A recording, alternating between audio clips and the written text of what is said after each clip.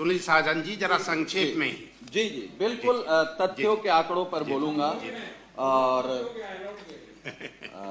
क्योंकि कोरोना महामारी से सिर्फ उत्तर प्रदेश और देश ही नहीं, पूरी दुनिया जूझ रही है।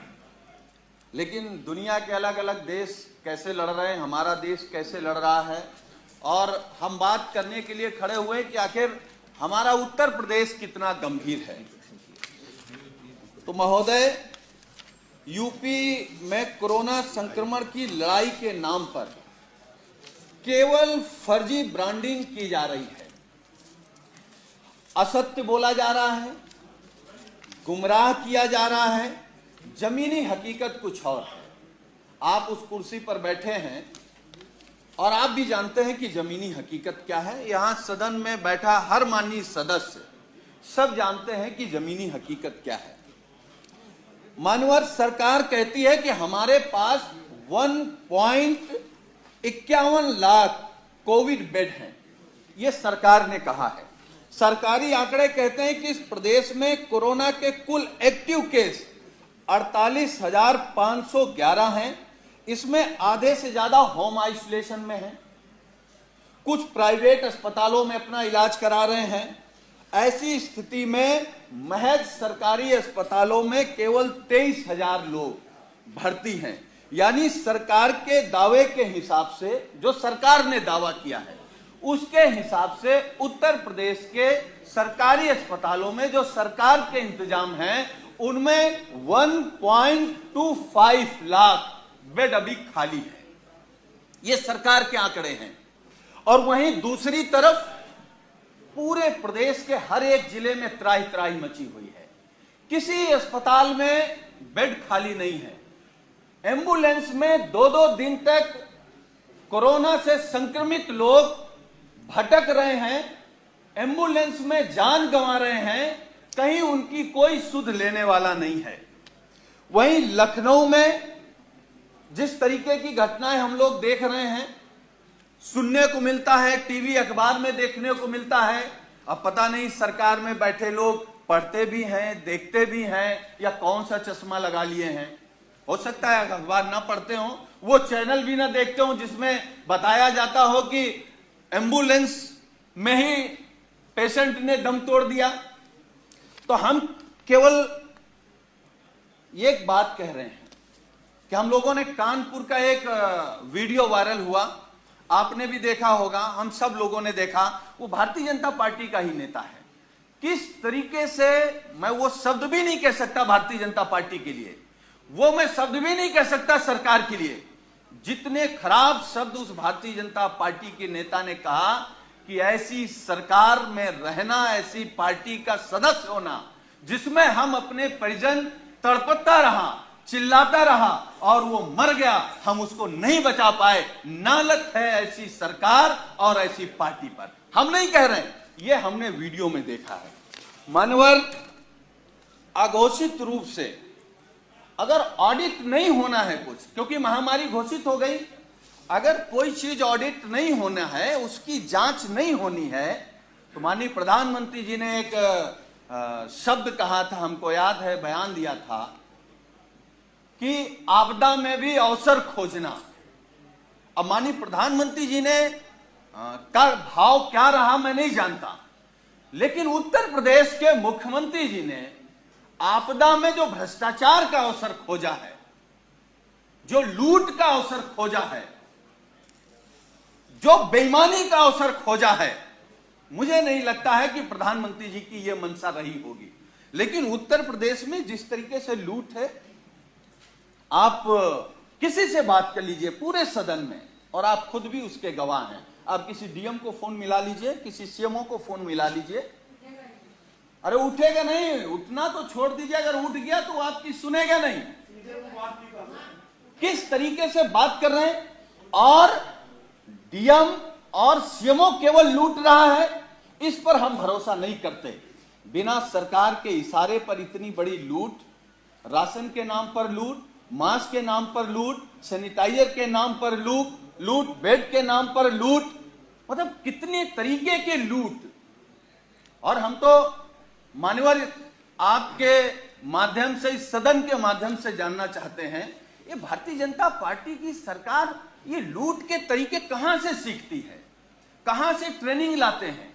मतलब नाम जब बात करेंगे तो राष्ट्रवाद का, समाज का, पिछड़े और दलित का, गरीब का। साजन जी जरा संक्षेप। मैं केवल आपके आशीर्वाद से, आपके सानिध्य में केवल ये जानना चाहता हूं आखिर ये लूट कैसे हो रही है। मान्यवर, जिन संस्थाओं को अपराधियों को पकड़ना चाहिए वो मीडिया और विपक्ष के नेताओं की जांच कर रहे हैं।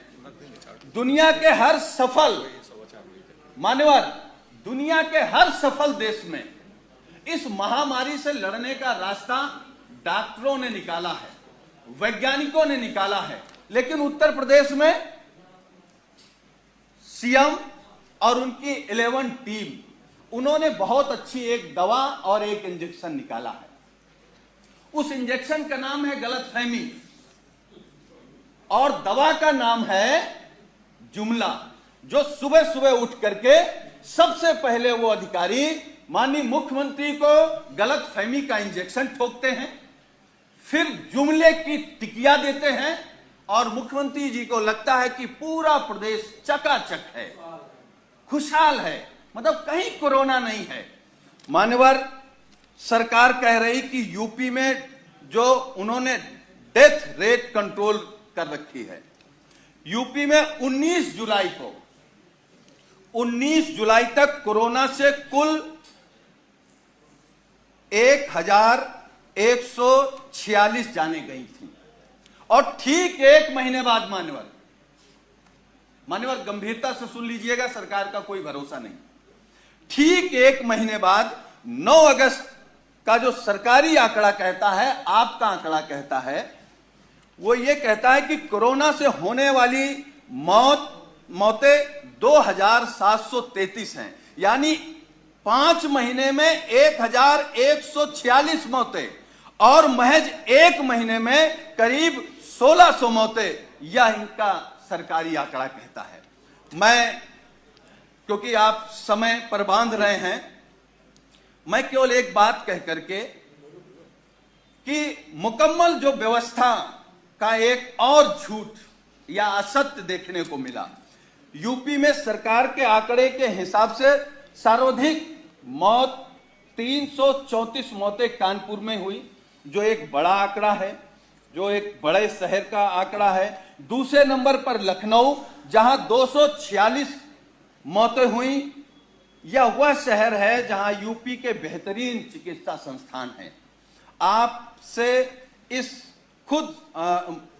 आपसे और इस सीएम और टीम 11 के नाक के नीचे जो व्यवस्थाएं चल रही हैं, इस पर जो चीजें हैं वो सब कुछ आपके सामने है।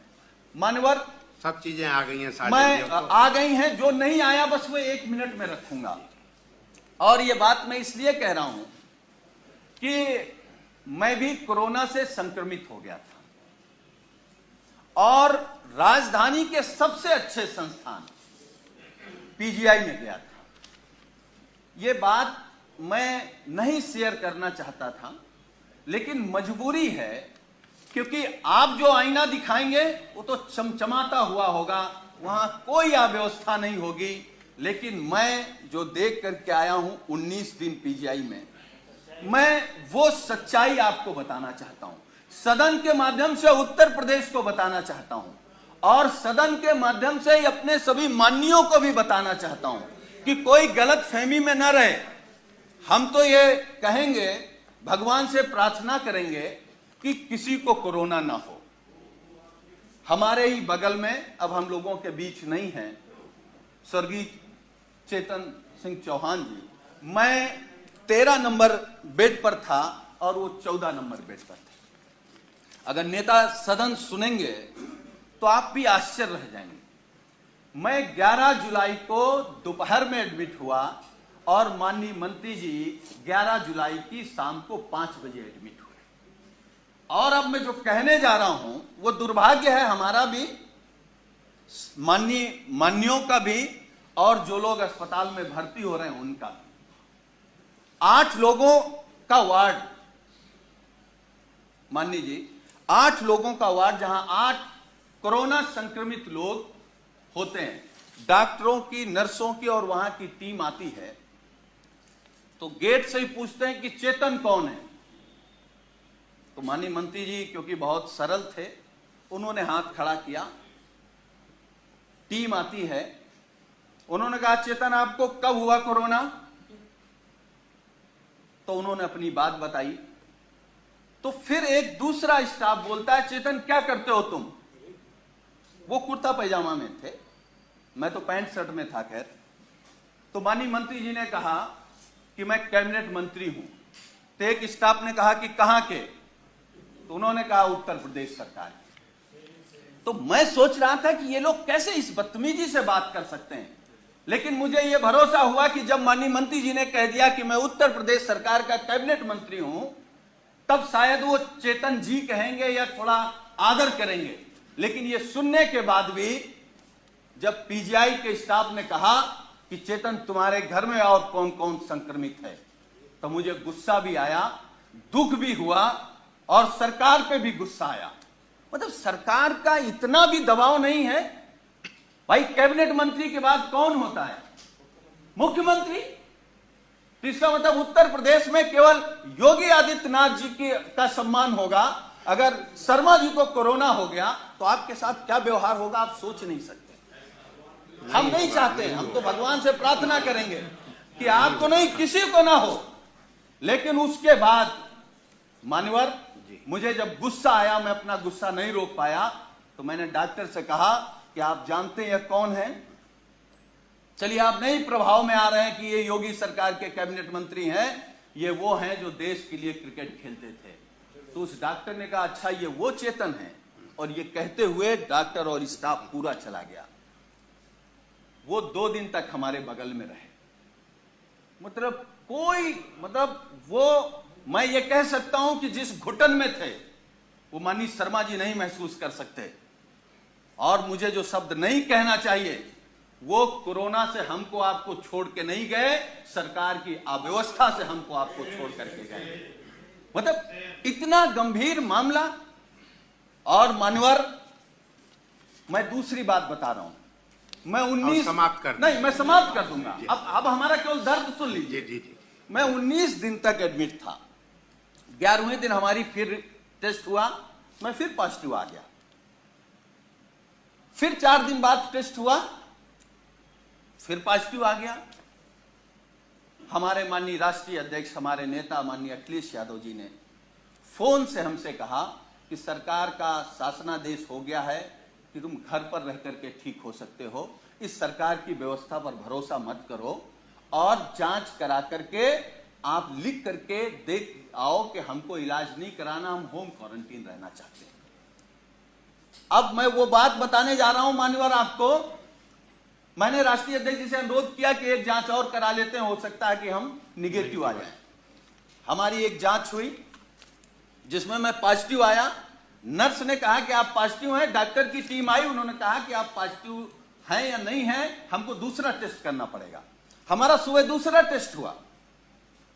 जब दूसरा टेस्ट हुआ, जब शाम को मैंने कहा कि हमारी रिपोर्ट क्या आई, तो उन्होंने कहा कि आपका रेपर बदल गया था, इसलिए शाम को तीसरा टेस्ट होगा। जब तीसरा टेस्ट हुआ तो सुबह हमने पूछा कि हमारी रिपोर्ट क्या है, तो डॉक्टरों ने कहा कि आपका सैंपल बदल गया है, इसलिए आपका चौथा टेस्ट होगा। हमारा चौथा टेस्ट हुआ। चौथे टेस्ट में मानवर जानते क्या हुआ? जब हमने रिपोर्ट पूछा तो उन्होंने कहा कि आपका फार्म तो वहां चला गया था लेकिन सैंपल नहीं गया है। तो हमने कहा 5वां कर लो। हमारा 5वां टेस्ट हुआ। 5वां टेस्ट हुआ और मैंने लिखित में दिया कि हमको पीजीआई में इलाज नहीं कराना है, हम घर में रह करके जो सरकार के निर्देश हैं उनको पालन करते हुए हम स्वस्थ हो जाएंगे। मैं पहला पेशेंट हूं सरकार के निर्देश के बाद जो ये लिख करके आया कि मुझे नहीं इलाज कराना। मैं ये नहीं कह रहा हूं कि हम सभी डॉक्टरों पर सवाल खड़ा कर रहे हैं। डॉक्टर भगवान की तरह दिखता, हमको भी 19 दिन भगवान की तरह दिखा और हम भगवान की तरह मानते हैं। लेकिन ये अव्यवस्था आखिर कैसे? ये हमने 2 कैबिनेट मंत्री खो दिए, मैं 1 मिनट में बात खत्म करूंगा। अब बहुत हो नहीं, गया। 1 मिनट में खत्म, 1 मिनट में, क्योंकि हमारे जो विधायक हैं पूर्वा विधानसभा से, बसपा से जीते थे, आपके यहां चले गए, किस दबाव में गए मैं नहीं जानता, अपने मन से गए या इन्होंने भगाया मैं नहीं जानता, लेकिन क्योंकि हमारे गांव के बगल के हैं, तो जब मैं पीजीआई में एडमिट था, जब उनको मैंने देखा मोबाइल पर कि उनको भी कोरोना हो गया, तो मैंने उनसे कहा कि आप अस्पताल में एडमिट हो जाइए। उन्होंने कहा नहीं, हमारी महाराज जी से बात हो गई, हम घर ही में रहेंगे। हमने कहा भाई, बाकी में सब महाराज जी पर भरोसा कर लेना, कोरोना में महाराज जी पर भरोसा मत करो। उन्होंने लेकिन भरोसा किया, लेकिन 3 दिन बाद उनको जब हालत बिगड़ी तो वही पीजीआई पर आए, वहीं एडमिट हुए, और उनकी 2 दिन में वो हालत बिगड़ी कि वो बेहोश हो गए, उनको आईसीयू में जाना पड़ा। उन्होंने मुझसे फोन पे कहा कि हमने हेलीकॉप्टर कर लिया है, एम्बुलेंस, हम दिल्ली जा रहे हैं, क्योंकि वो बड़े आदमी हैं, संपन्न हैं। जब सुबह मैंने पूछा कि आप किस समय निकल रहे हैं, तो उन्होंने मुझसे फोन पे कहा कि महाराज जी ने मना कर दिया, कहा कि हम दिल्ली के डॉक्टर बुला लेंगे, लेकिन यहां से अगर कोई पेशेंट जाएगा तो पूरा देश और दिल्ली जान जाएगी कि उत्तर प्रदेश की क्या व्यवस्था है। तो डॉक्टर तो वहां से नहीं आए, और बाद में हमारे माननीय मंत्री जी को वेदांता जाना पड़ा, दिल्ली जाना पड़ा। पूरा देश जान गया कि उत्तर प्रदेश में कोरोना के नाम पर केवल लूट हो रही है, भ्रष्टाचार हो रहा है। यह देश का इकलौता प्रदेश है जिसने 2 हमारे कैबिनेट मंत्री खो दिए हैं अपनी अव्यवस्था से। हम सब लोगों ने उनको श्रद्धांजलि दी है, लेकिन हम आपसे केवल अनुरोध करेंगे कि अभी कोरोना खत्म नहीं हो गया है, महामारी से हम आप सब लोग लड़ रहे हैं, सरकार लड़ रही है, उसका बस एक पंक्ति में, एक पंक्ति में। हाँ, सरकार लड़ रही है जी, लड़ते दिख रही है, उसका नजरिया केवल ये है, वो इसलिए लड़ते दिख रही है कि उसको पैसा चोरी करना है, उसको लूट करनी है, जो हमारा पैसा गया है, जो सैलरी गई है, वो लूट करनी है। तो ये मान्यवर लूट बचाइए, और इतना गंभीर मामला है, हम आपसे अनुरोध करेंगे कि सदन की कार्यवाही रोक करके चर्चा कराए जाने की मैं मांग करता हूं। ठीक, साजन जी, हाँ, केवल 1 मिनट में आदरणीय भदौरिया जी, केवल 1 मिनट, बस 1 मिनट में केवल।